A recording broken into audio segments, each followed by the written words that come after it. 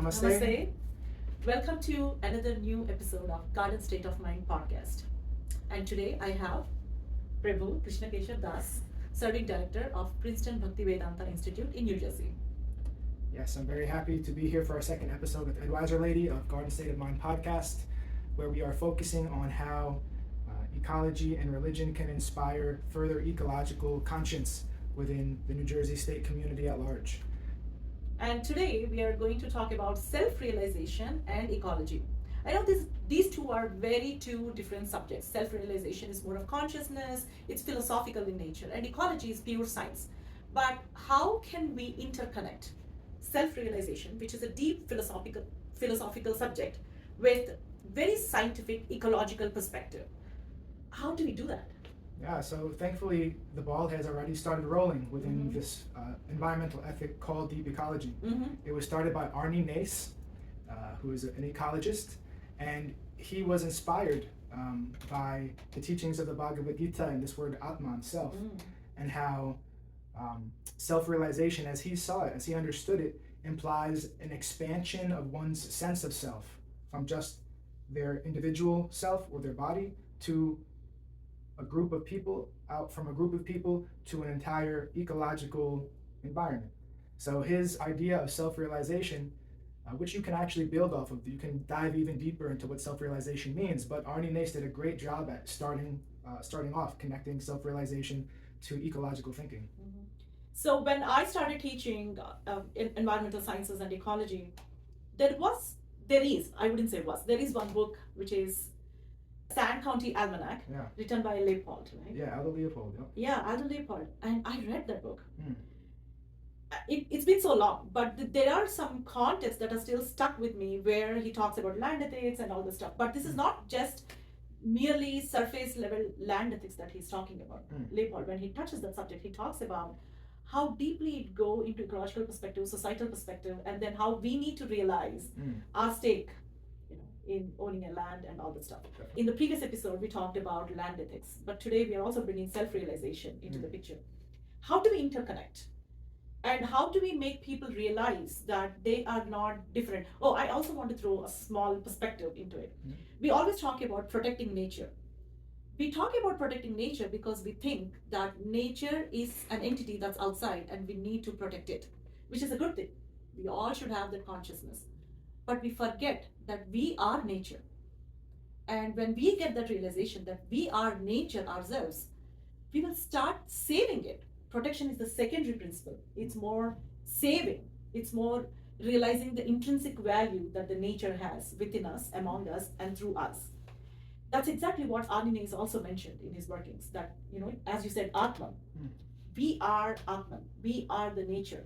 That's what we say, Adi Daivika and Adi Bhautika and Adi Daivika, which means realizing that the nature is around us and we need to protect it, right? So you tell me, what are your discoveries or what's your perspective on this interconnectedness? So let's start with Aldo Leopold's land ethic, which kind of gives us a framework to get into deep ecology and self-realization and Vedantic perspectives on what Adi Bhautika and Adi Daivika, right? And Adi Atmika, there's three actually. Yeah, Adhyatmika is the number one, and then Adi Bhautika, and then Adi Daivika. Yes.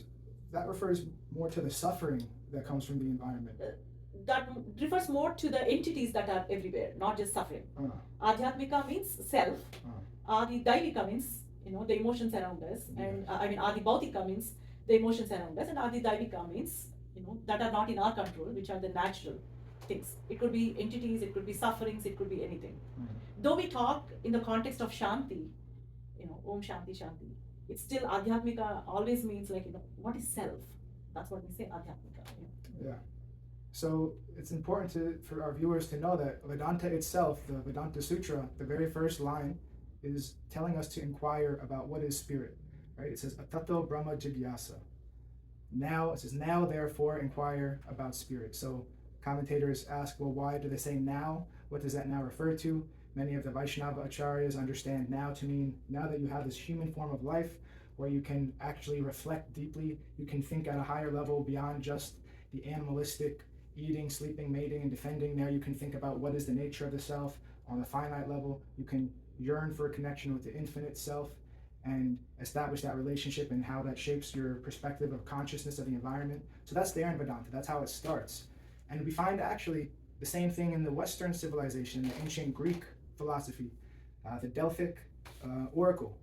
It says the words "noti satan" on top of it, which means know thyself. Know thyself. Know thyself. Yeah.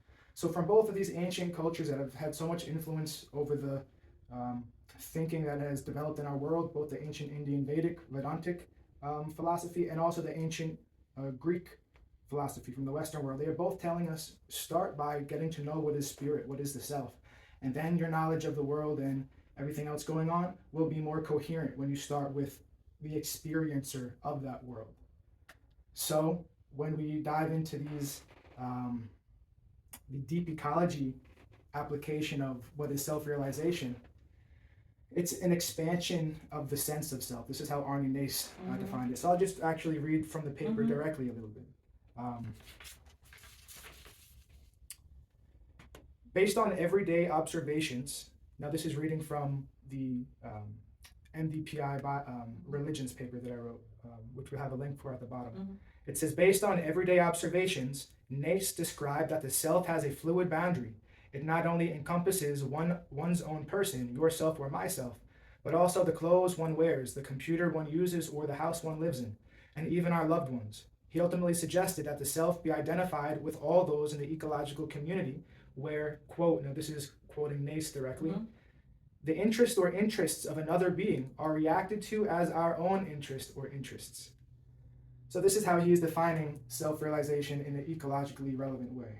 That when we consider our own self-interest, we are considering how our actions affect others. Their interests become our own interests. So that's a very clear definition for what he means by self-realization. I also have some further notes on what he said, just adding on to whatever you said here. He quoted saying, ecological destruction happens because humans see themselves as isolated egos. True self is ecological. The river, tree, mountain, animal, and human are interconnected. And this is exactly where he further distinguishes two realms of ecology. One, he calls it shallow ecology, and then deep ecology. Shallow ecology is protect nature because humans need it. And that's exactly what my opening statement was. We protect the nature because we need it, right? You know, we want to protect it. And we think that, oh, we have a value for it. Because we need trees, we need fruits, we need flowers. But the deep ecology, on the other hand, talks about, or he says, quotes, that nature has intrinsic value even beyond human use. That's where we fail. Yeah, 100%. We only think from our perspective. We don't need mosquitoes. But we never realize that mosquitoes have their own role to play. Of course. Yeah, they bite us, but they have their own role to play. Foods for birds. Exactly. So that's the deep ecology that Arne Naess was talking about. And you can only understand deep ecology when you realize the self. When you put your ego aside and treat nature as you and you as nature. You know, that's exactly, I mean, this really hit me hard, I would say. Being a professor of ecology, and I teach about all the ecosystems and, boons and banes of even DNA genetics and all this stuff. But then when I was reading these last night after our discussion, I'm like, oh my goodness, this is so cool. Yeah. I mean, I'm myself a Sattvic, and I'm also a very good proponent of nature, but sometimes these realizations are very essential. Yeah, you did a good job. Arne Naess did a good job. Good job, yes. And so if we can start to think about nature in this way and relate our sense of self, and we just expand it to include nature, so many good things will happen, right? And the interesting thing is we can actually even make further spiritual progress through taking care of nature, because by constantly relating to the needs of the ecosystem, right? First of all, we're going to create abundance in our own life because we're a part of that web, and by serving others, right, we will actually be getting satisfaction from that ourselves. But it's interesting that even beyond this kind of sense of self, there's even a higher sense of self that the Bhakti teachings also introduce. Correct. And so that's worth mentioning, that when we start to also think of nature not only as a part of our own self, but also as the cherished property of someone whom we love dearly, right? And then we start to take care of it in a whole nother way. For anyone who has experienced any degree of love in any form of, whether it's romantic, parental, friendship, anything in between, right? There's so many different kinds of love. But when you love someone and you want to please them, then you're taking care of something that means something to them because you want them to be happy. And so Bhakti is suggesting we have this kind of mood as our goal. Yes, we go through what Arnie Nace is explaining, consider it as your own self. But then even beyond that, think of it as the property of your most beloved and take care of it in that way. That's where he actually says that spirituality and ecology are so interconnected, because the more deeply we identify with life itself, the less violence we commit against nature. We don't commit violence against us. We don't commit violence against ourselves. That's because we know our value, right? You don't want to, you don't just randomly walk under a bus. No, you don't do that, because we know our value. And that's exactly what we have to do with the nature too. Like, we know nature is us. I have a question for you. Is modern self-help making people more disconnected from nature? Is modern self-help making people more disconnected from nature? Well, what do you understand as the content of modern self-help? Like, I want to be happy. I want to do this, like, I am thinking about myself. In that case, if people are looking for their own happiness, again, I mentioned this mechanistic sense of self before, and they think that they exist isolated from a context of a community or from a divine whole, then that will be self-sabotage, actually. They'll never get permanent happiness. So it comes back to how we define this sense of self, actually, in all different fields, whether it's ecology, deep ecology, or even self-help. How we understand the nature of the self affects every action that we take. How we think we can gain happiness. If we think we gain happiness through competition for resources that make one person happy and are taking happiness away from somebody else, then we're only going to create more suffering for ourselves. That's what I meant before when I said we act in our own. I don't think we really act in our own welfare. I think people think they are because they have a sense of self. They define the sense of self in this mechanistic way, but everything they're doing ends up creating more perpetual suffering in their life, and they don't know why, because they don't critically think about their own assumptions. This goes into the whole science of consciousness. And this, one of the byproducts of that is we have an environmental crisis. We have a mental health crisis, right? These two massive things that are spread throughout the world. But the more we can adopt in what you might call an organicist or organismic sense of self, where intrinsically an individual self is connected to other individual selves, and these individuals are part of a greater whole for which the purposes of their acting within that context, then we start to create a sense of self that can lead us out of this mental health crisis, out of the environmental health crisis. So it's really important to have discussions like this. What is the self? Or what does self-realization mean? Let me ask you another question before I lose. You're talking about environmental crisis. Do you really think it's actually a crisis of human identity, or? Yeah, I think that's a very deep question. Yeah, of course. How is it a problem? How is the current environmental health crisis an issue of? Not health. Let's just talk about ecological crisis. The ecological crisis. How is it a result of a human identity crisis? Yeah, because the human being currently thinks that we are the body, right? That we must fight to survive. That we must, because of our mechanistic sense of self, it's a small circle. So we think we have to compete with others. When we're competing with others, there's so many things that we're overlooking. We're putting ourselves in this frame of mind that is so reactionary, rather than taking a step back and responding and seeing the connections between things and seeing the subtle ripple effects that our actions have due to the inherently connected relationship of everything. We don't see any of that when we're closed into this survival of the fittest mindset and this mechanistic sense of self, where we are thinking we're isolated from everybody and we're trying to just secure things from the environment for our happiness, to live in our little bubble, to live in my own world, independent of everybody else. That's what produces these environmental health crises, because it's a crisis of the environment because we are not aware of our intrinsic dependency on the environment, right? That environment is a part of the self, and when we don't recognize that, then it's an environmental crisis.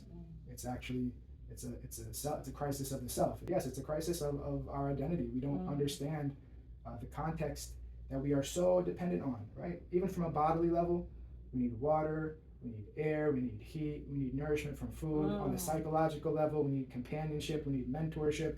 Nothing, or the clothes that we're wearing are made from other people, from resources grown from the earth that we can't reproduce. Only the earth can produce these things. Only Sripad Bhakti Madhava Puri Maharaj would say only our scientists can't even produce a blade of grass in the lab. Only nature can produce the blades of grass, which is a fact. They can't even produce a single cell in the lab.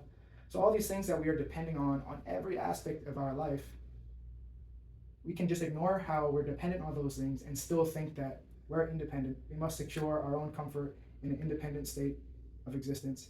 How can that not lead to problems? Okay, I'm asking you another question just based off that, because he's in a good flow. If humans see themselves as owners of Earth instead of participants in it, what psychological damage follows? Keep on. Move on. As owners of Earth, of course, this is the whole issue.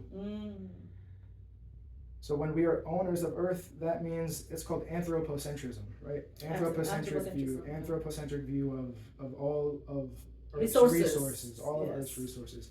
Our only idea is how they serve the interests of humanity in the limited way that humanity understands its own interests, right? But in fact, humanity doesn't even understand its own proper interests.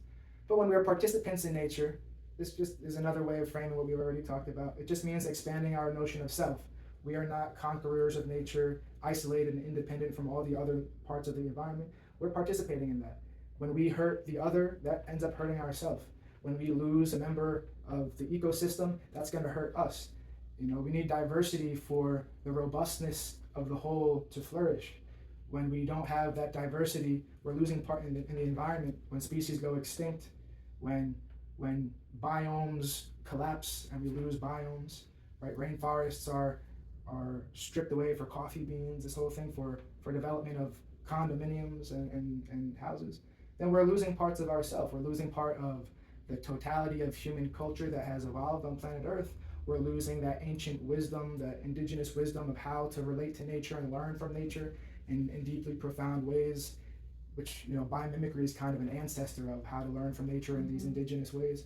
We're forgetting all that, and what's replacing it is just these super exploitive ways of living that are not sustainable, that are destroying the environment, destroying ourself, and displacing us, making us alienated from our own home, from our own self. It's very self-destructive. I just want to add a few more quotes to what you're saying, and some thoughts are running in my mind. We are so disconnected with the nature that we rely on the phone apps and we completely forget enjoying the earth or nature outside. We are so dependent on the technology, which is a good thing, but to save earth, I would rather sit on social media and talking about planting than go out and plant trees. That's where we have come to. I have written some notes here, like we meditate indoors while cutting forests outside, we seek peace through apps while disconnecting from living earth, and we speak about mindfulness while destroying rivers. And it's even I speak, but sometimes actions are required. As much as we talk about deep ecology, peace is not found by escaping the world, but by realizing we are inseparable from it. Right? That's where we need the connection. That's where we need to form the bridge, or we need to construct the bridge where we know that we both are together.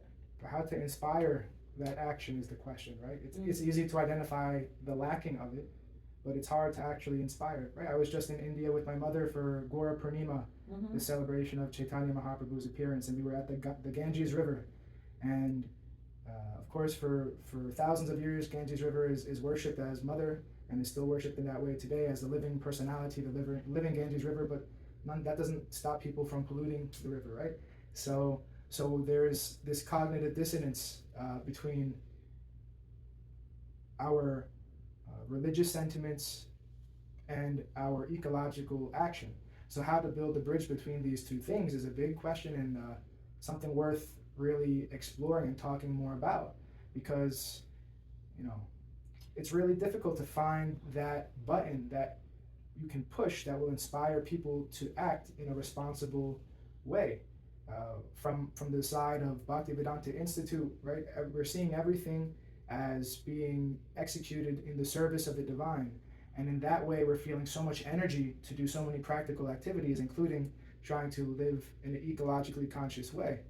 So if we can try to find similar points in people's hearts where it really inspires them to act in a beneficial way for the collective, for the whole, in service to the whole, and that would be very nice. But we have to have those conversations with people to find out how they feel and what triggers their action, how they think about the actions that they already are taking, and the cognitive dissonance that exists. How do they deal with that? Do they recognize that it's there and they just don't care? Do they not recognize that it's there and they need someone to help them see that?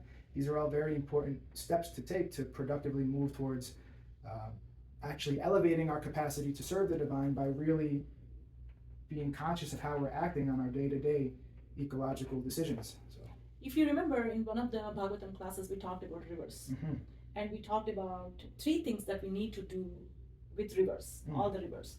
1, think about them. 2, touch them. And 3, probably pray to them or take a dip. Nowhere it does mention about offering flowers or fruits or milk or something like that.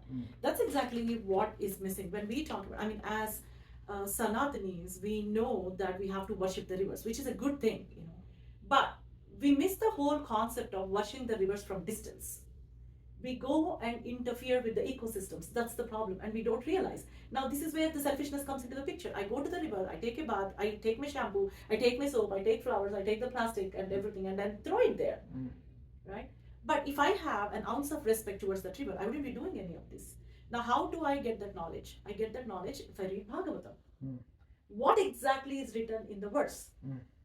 It's written that you think of it, you touch it, or you just go dip in it. That's it. Nothing beyond that. But people have no connection to Bhagavatam.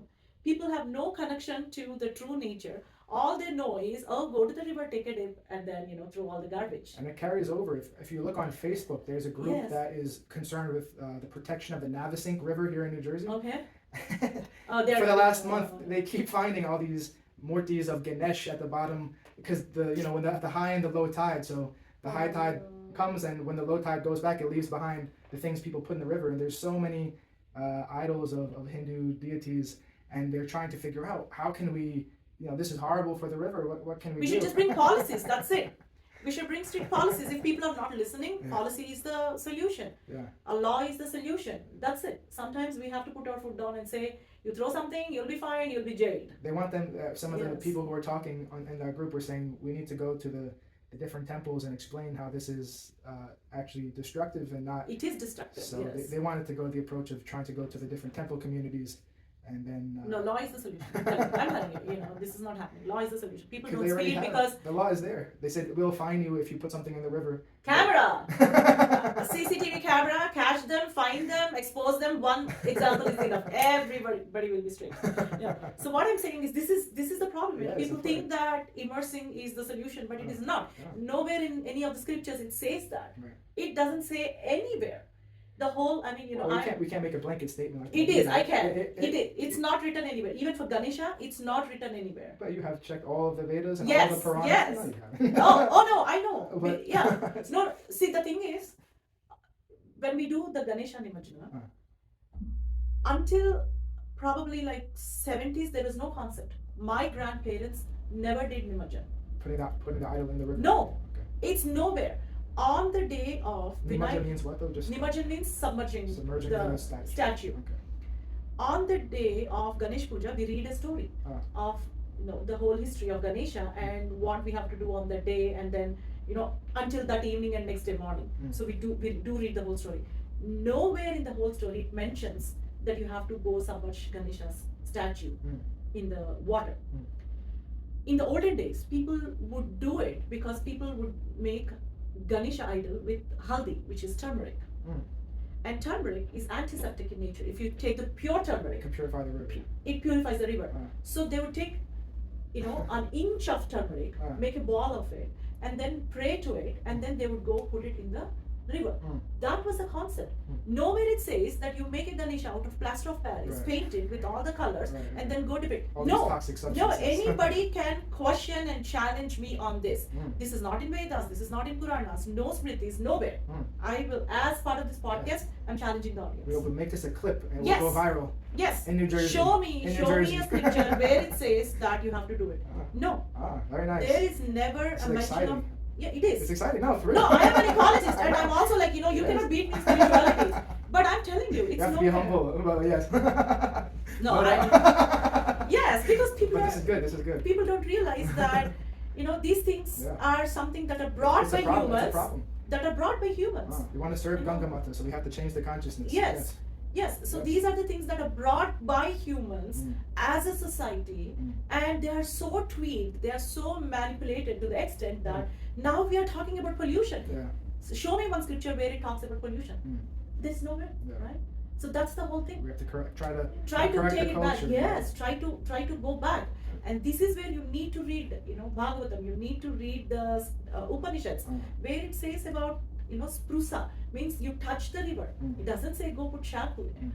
And this is coming back to self-realization, Yes. because a part of self-realization is self-examination. Exactly. We have to Yes. examine why we're doing these things. Are we just blindly following some cultural inheritance that may not even be connected to the spiritual No. roots of what that culture is? And if that's the case, then we should change it, because it's having some destructive social byproducts, and it's reflecting poorly on the actual important teachings that Vedic culture has to offer. Correct. So this I is mean, very till nice. date we never did Ganesh Nimarjan. Mm. Never. It's not in our family. Mm. Now, how come it's not in one family and it is in a different family? Mm. If it is culture, it is culture. Everyone has to follow it. Well, the culture is so diverse. That's not right. That's the problem. Every People village tweak. in India has And different culture. That's where I said people tweaked as per the society. Yeah. And now we need to correct Mm. those tweakings. Yeah. We need to correct those manipulations. Because ultimately our goal is self-realization and Yes. then protection of nature Mm. as a self. Mm. You're not protecting the river because you need to drink water. You need to protect the river because that's From your higher job. purpose, Higher yes, purpose, for yes. Some bhakti, from some Yes, seva, in terms of seva, not just because you drink water. What if you're not drinking water? Are you going to pollute it? Mm. No, that's not how things work. And when we think in this way, surely we can't even measure the extent of the impact we can have, because by ideally changing the consciousness and therefore healing a river that is polluted, actually we're improving the conditions for these sadhus who are giving their full life to these teachings, and they are going to the river whether it's polluted or not. But when it's not polluted, then they can even have more benefit in their spiritual practice, and we get some what's called agyata sukriti, or sukriti in general. Agyata sukriti means we get spiritual benefit and we aren't aware of it, or if we are aware of it, we're still getting sukriti. We're getting some spiritual merit, so that in our next life, actually, we'll be born into a situation where there's more opportunity to develop self-realization and sambandha gyan, our relationship with the divine. So it's so beneficial for us to act in this way and to help our consciousness evolve in this way on so many levels. It's so beneficial. Absolutely. So I also want to conclude, if you permit me, with a few quotes. Please.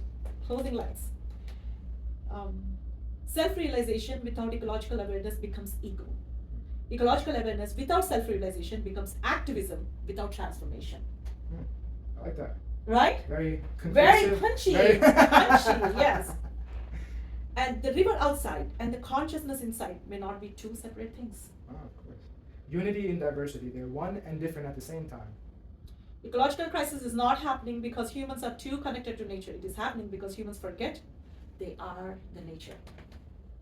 That's self-realization. When we realize that we are the nature, we are what the nature is made of. Well, there's even a higher vision, though. We can't just end there. Nature itself, this is a good point to end on, maybe. So Sripad Bhakti Madhava Puri Maharaj also always made this distinction between what is certainty and what is truth. Certainty comes from our immediate experience. What is just right there, it could be superficial or shallow, just what we perceive immediately. And that's our certainty. We're so convinced that this is the fact. We just, boom, really quick. No further thought, no further reflection, no deeper experience. But truth is a product of mediation. So what we think is nature, right, actually is spirit. Spirit is the truth of nature. So when we connect with nature in this way, recognize that we are connected and that there's a higher purpose that's functioning through nature and through humanity's interaction with nature, then this is called mediation. Then we're thinking, right? Because so this is the role of the human being in nature, is that thought, right? There are so many processes going on in nature and so many kinds of living entities which we can think about as humans, but they are operating on the level of instinct, right? They don't have the ability to reflect on themselves, right? As beautiful as nature is, the trees and the ants they don't have the ability to ask, who am I? What is my purpose? Like this. They don't have a second culture of art, philosophy, religion. Those only come through a thinking human society. But when that thinking is very self-centered, then it becomes destructive. But when it becomes all accommodating, then it becomes something spiritual. So what is the relationship between humanity and nature? Humanity is a part of nature, but it actually represents nature going towards its own realization as spirit. Humanity is the aspect of nature that is starting to recognize its inner spiritual self. So that's important. Mm-hmm. That's important too, because we don't want people to just think, oh, I'm an animal. I'm nature, I'm an animal. No, humans have something superior about them. Yes. In that we have this capacity for higher thought and self-reflection. But that doesn't mean that we go and exploit nature. That means through humanity's spiritual practice, all of nature can flourish in a way that we have never even dreamed of. Yes. So, wow, what a podcast episode. Garden state of mind. Garden state of mind. Self-realization and ecology. Yes, very nice. Very reflective and very thought-provoking, and some challenges too for the viewers. Yes. Yes. We're trying to inspire garden state of mind. We want some local action in the garden state, right? Absolutely. We'll meet with another episode, another topic, another day. Until then, Namaste. Namaste.